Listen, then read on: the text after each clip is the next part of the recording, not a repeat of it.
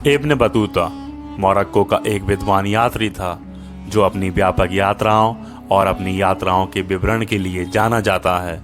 Ibn Battuta की रिहाला नामक पुस्तक में उसकी यात्राओं का विस्तृत वर्णन है। उसकी यात्राओं का लेखा जोखा उन स्थानों और लोगों का एक मूल्यवान ऐतिहासिक रिकॉर्ड प्रदान करता है जिनसे उसका सामना हुआ।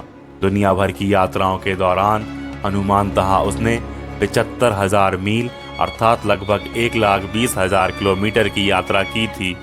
इब्न बतूता 1333 ईस्वी को भारत आया था और उसने यहाँ पूरे 8 साल बिताए थे। यात्रा यह आपको अवाक छोड़ देती है, फिर आपको एक कहानीकार में बदल देती है। यात्रा यह आपको 1000 अजीब जगहों में घर देती है, फिर आपको अपने ही देश में एक अजनबी छोड़ देती है। एक बुद्धिमान व्यक्ति स्वयं को खोजने के लिए यात्रा करता है। वह जो कुछ नहीं जानता, कुछ भी संदेह नहीं करता। यदि आप किसी से प्रेम करते हैं तो आपको उनकी समझ में आना चाहिए। यात्रा शिक्षा का सबसे अच्छा स्रोत है। दुनिया एक किताब है और जो यात्रा नहीं करते हैं वे केवल एक पृष्ठ पढ़ते हैं। भारत का इतिहास बहुत बड़ा है और इसमें बहुत सी घटनाएं हुई हैं। इस देश में अनेक सम्राट, राजाओं और संतों की कहानियां हैं। इसीलिए भारत एक ऐतिहासिक देश है।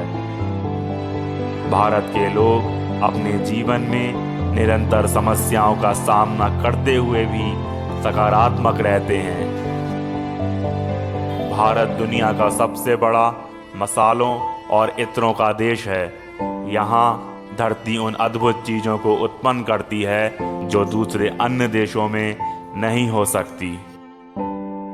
भारतीय लोग बहुत मेहमान नवाज और दोस्ताना होते हैं और वे यात्रियों और अज्ञात लोगों के लिए बड़ा सम्मान रखते हैं। दमिश्क में आने के पहले मैं कभी भी इस बात से अवगत नहीं था कि मैं कितना छोटा हूँ। जब हम अपनी आंतरिक संतुष्टि खो देते हैं तब हम उस दुनिया से अलग हो जाते हैं जिसे हम जानते हैं। समाज में न्याय की तलाश करना हमारी नियति होनी चाहिए।